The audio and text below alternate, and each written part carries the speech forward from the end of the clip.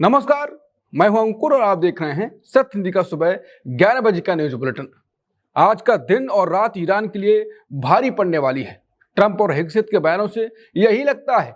एक तरफ ट्रंप ने ईरान को एक रात में खत्म करने की धमकी दी है, तो दूसरी तरफ ईरान के नौजवानों ने खुद को ही पावर प्लांट्स का ढाल बना लिया है। दूसरी तरफ खुद अमेरिका के भीतर से ही बगावत शुरू हो गई। ट्रंप की ईरान पर हमले के प्लान को महापाप और युद्ध अपराध करार दिया जा रहा है। वहीं भारत में भी हलचल तेज है। कहीं चुनावी शोर थमने वाला है, तो कहीं राजधानी को लेकर सालों का इंतजार खत्म हुआ है। आज के बुलेटिन में देखते हैं सारी खबरें और जानते हैं दुनिया में कैसी हलचल मची हुई है। लेकिन उससे पहले जान लेते हैं बुलेटिन की 5 बड़ी खबरें। ट्रंप की तबाही वाली डेडलाइन, ईरान के पावर प्लांट्स पर युवाओं का इंसानी पहरा। ट्रंप की धमकी के बाद मुस्तफा खामनी का पलटवार, धमकियों और हमलों से नहीं झुकेंगे। ईरान पर जीत का दावा, अब तेल पर नजर, ट्रंप का चौंकाने वाला बयान। मंगलवार तक डील नहीं तो खतरा, ट्रंप बोले ईरान को एक रात में खत्म करेंगे। डेडलाइन बढ़ाई पर चेतावनी बरकरार, ट्रंप बोले ईरान पर सब कुछ निर्भर करेगा। शुरू करते हैं ईरान में पावर प्लांट्स के लिए ईरान में बन रहे ह्यूमन चेन से। ईरान के पावर प्लांट्स को बचाने के लिए अब वहां के नौजवानों ने मोर्चा संभाल लिया है। दरअसल अमेरिकी राष्ट्रपति ट्रंप ने चेतावनी दी है कि अगर ईरान ने स्ट्रेट ऑफ हॉर्मुज का रास्ता नहीं खोला तो उसके बिजली घरों और पुलों को तबाह कर दिया जाएगा। ट्रंप की धमकी के बाद पूरे ईरान में हड़कंप मच गया और अब वहां छात्र, कलाकार और खिलाड़ी सड़कों पर उतर आए हैं। युवा देश के बड़े पावर प्लांट्स के चारों तरफ एक इंसानी दीवार यानी ह्यूमन चेन बनाने जा रहे हैं। ईरान के खेल और युवा मंत्रालय ने खुद इसकी अपील की ताकि दुनिया को एकता का संदेश दिया जा सके। खास बात यह है, ये घेराबंदी ट्रंप की डेडलाइन खत्म होने से ठीक 13 घंटे पहले शुरू होगी। ट्रंप ने साफ कर दिया कि अगर बुधवार सुबह तक बात नहीं बनी तो हमला तय है। सीजफायर के प्रस्ताव को ठुकराने के बाद सुप्रीम लीडर मुस्तफा खामनेई बोले हैं। उन्होंने साफ शब्दों में अमेरिका और उसके साथियों को संदेश दे दिया है कि धमकियों, हमलों और कमांडरों की हत्या से ईरान की ताकत कमजोर नहीं होने वाली है। उनका यह बयान इजराइल के उस दावे के बाद आया कि उसने ईरान के 2 बड़े कमांडर्स यानी मेजर जनरल माजिद खादेमी और असगर बाकेरी को मार दिया है। मुस्तफा खामनेई ने अमेरिका की उस धमकी को भी कड़ा जवाब दिया जिसमें ईरान को पाषाण युग में भेजने की बात कही गई थी। उन्होंने कहा कि अमेरिका की ये बातें दिखाती हैं कि वो कितना लापरवाह है। खामनेई ने इल्जाम लगाया कि अमेरिका और इजराइल अब आम लोगों की बुनियादी चीजों को निशाना बना रहे हैं, लेकिन भारी दबाव के बावजूद ईरान की ताकत कम नहीं होने वाली है। राष्ट्रपति ट्रंप ने अब दावा किया है कि उन्होंने कम समय में ईरान को कमजोर कर दिया और अब उसका तेल अपने फायदे के लिए इस्तेमाल करना चाहते हैं। उन्होंने व्हाइट हाउस के एक प्रोग्राम में साफ कहा कि अगर उनके हाथ में होता तो वो ईरान में घुस जाते और वहां के तेल पर कब्जा कर लेते। ट्रंप का मानना है कि वो उस तेल को अपने पास रखकर उससे खूब सारा पैसा बनाना चाहते हैं, लेकिन अमेरिकी जनता शायद इस बात को नहीं समझेगी। ये ट्रंप ने कहा। जब उनसे युद्ध के बारे में पूछा गया तो उन्होंने दावा किया कि सिर्फ 34 दिनों के अंदर उन्होंने ईरान जैसे ताकतवर देश को पूरी तरह तहस नहस कर दिया। अमेरिका के राष्ट्रपति ट्रंप ने ईरान को चेतावनी दी है। उन्होंने कहा कि मंगलवार तक डील होनी चाहिए और डील वही होगी जो अमेरिका को मंजूर हो। ट्रंप ने कहा कि ईरान को सिर्फ एक रात में खत्म किया जा सकता है। उसके साथ उन्होंने एक शर्त भी रखी, हॉर्मुज जलडमरू मध्य खुला रहना चाहिए, तेल की सप्लाई नहीं रुकनी चाहिए। उन्होंने कहा यह दुनिया के लिए जरूरी है क्योंकि यही बड़ा तेल रास्ता है। अब सबकी नजर ईरान पर है। क्या ईरान मानेगा या तनाव और बढ़ेगा? राष्ट्रपति ट्रंप ने फिलहाल ईरान के साथ युद्ध खत्म होने पर कोई साफ जवाब नहीं दिया। जब उनसे पूछा गया कि क्या वो युद्ध को शांत कर रहे हैं या बढ़ा रहे हैं, तो ट्रंप ने कहा मैं अभी कुछ नहीं कह सकता। ये इस बात पर निर्भर करता है कि ईरान क्या करता है। ये बहुत ही नाजुक समय है। इसके बाद राष्ट्रपति ने स्ट्रेट ऑफ हॉर्मुज को फिर से खोलने के लिए मंगलवार की समय सीमा पर बात की। उन्होंने कहा कि उनके पास मंगलवार सुबह 8 बजे तक का वक्त है।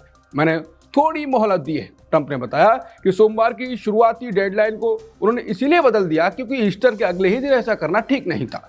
उन्होंने मजाक में कहा मैं एक अच्छा इंसान बनना चाहता हूं।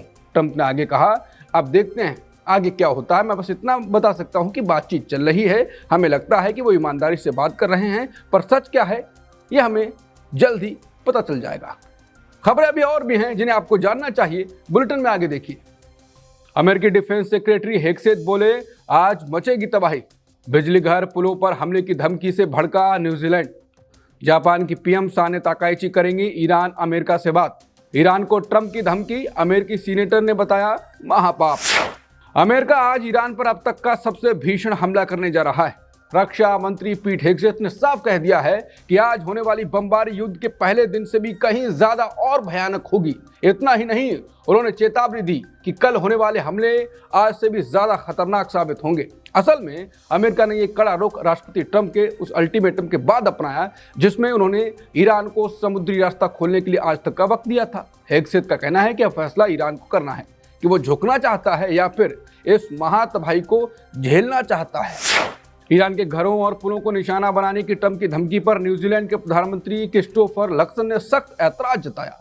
उन्होंने साफ कहा कि ट्रंप का बिजली घरों और पुलों को निशाना बनाने की बात कहना बिल्कुल भी ठीक नहीं। लक्सन का मानना है कि इस वक्त और सैन्य कार्रवाई की कोई जरूरत नहीं है क्योंकि इससे तनाव और बढ़ेगा। उन्होंने चेतावनी देते हुए कहा कि नागरिक ठिकानों पर बमबारी करना किसी भी हाल में बर्दाश्त नहीं किया जाएगा। मिडिल ईस्ट में बढ़ते तनाव को कम करने के लिए अब जापान ने भी अपनी कोशिशें तेज कर दी हैं। जापान की प्रधानमंत्री साने ताकाइची बहुत जल्द ईरान के राष्ट्रपति मसूद पेजेशकियान और अमेरिकी राष्ट्रपति से फोन पर बात करने वाली हैं। ताकाइची ने खुद संसद में बताया कि वो दोनों देशों के साथ संपर्क साधने की तैयारी कर रही हैं ताकि हालात को बिगड़ने से रोका जा सके। ये अच्छी खबर तब आई जब ईरान ने अपनी जेल में बंद दूसरे जापानी नागरिक को भी रिहा कर दिया। इसी बीच जापान के विदेश मंत्री ने भी ईरानी विदेश मंत्री से बात की और साफ कहा कि दुनिया के लिए इस तनाव का जल्द खत्म होना बहुत जरूरी है। ट्रंप की पुलों और बिजली घरों पर हमले की धमकी पर अब उनके अपने ही देश में विरोध शुरू हो गया है। अमेरिकी सीनेटर क्रिस मर्फी ने इस धमकी को ट्रंप के कार्यालय का सबसे खतरनाक और डरावना फैसला बताया। उन्होंने साफ चेतावनी दी कि अगर ईरान के बिजली घरों और सड़कों को निशाना बनाया गया तो इसमें हजारों बेगुनाह लोग मारे जाएंगे। मर्फी का कहना है कि आम लोगों और नागरिक ठिकानों पर हमला करना किसी बड़े युद्ध अपराध से कम नहीं। उन्होंने राष्ट्रपति के आसपास रहने वाले अधिकारियों से अपील की कि वो ट्रंप को ये पाप करने से रोकें। सीनेटर ने अपने लेख में लिखा कि अमेरिका को दुनिया के सामने इस तरह की क्रूरता नहीं दिखानी चाहिए। अभी बुलेटिन में खबरें और भी हैं, आगे देखिए। ईरान में अमेरिकी पायलट की खबर लीक होने पर भड़के ट्रंप।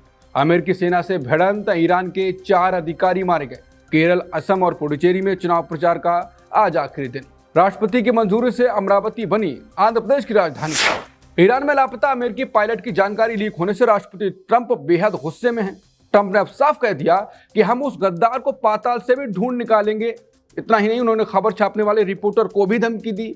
ट्रंप ने कहा या तो रिपोर्टर अपने सोर्स का नाम बताए, नहीं तो उसे जेल की हवा खानी होगी। उनका मानना है कि नेशनल सिक्योरिटी के साथ खिलवाड़ करने वाला इंसान बीमार है और उसे सजा मिलकर रहेगी। दरअसल पिछले हफ्ते ईरान ने अमेरिका का एक लड़ाकू विमान मार गिराया था। इसके बाद एयरफोर्स का एक अफसर लापता हो गया था।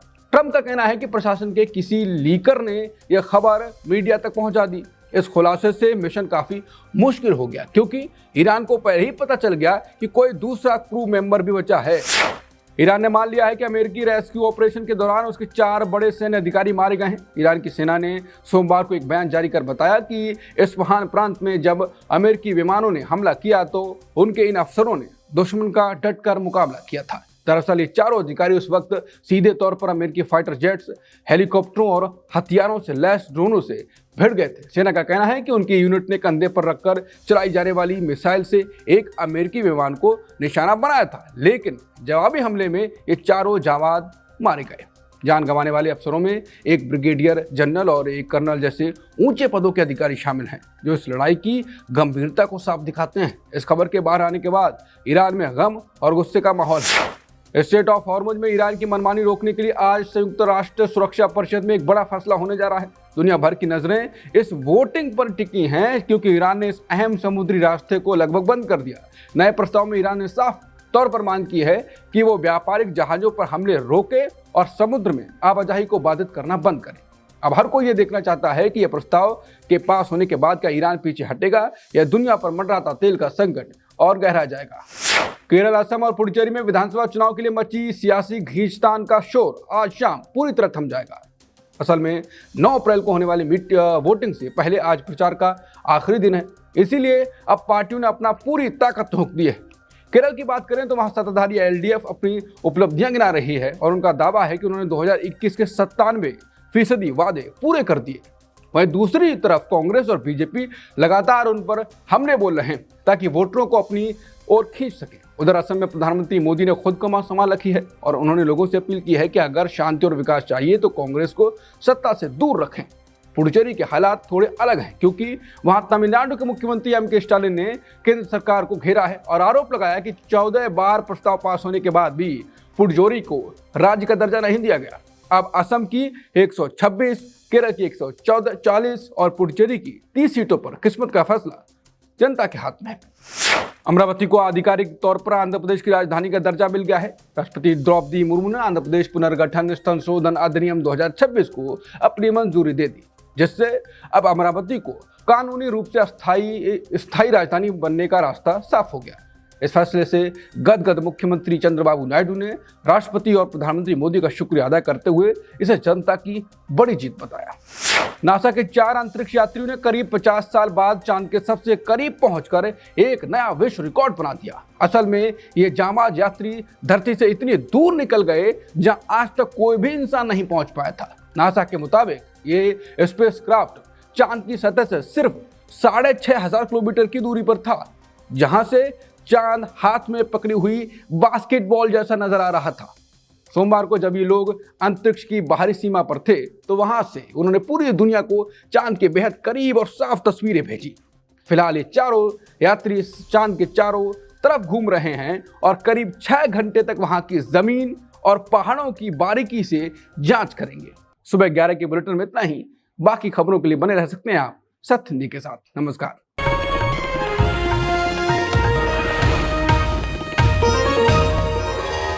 Copyright disclaimer under Section 107 of the Copyright Act 1976. Allowance is made for fair use for purposes such as criticism, comment, news reporting, scholarship, and research. Fair use is a use permitted by copyright statute that might otherwise be infringing.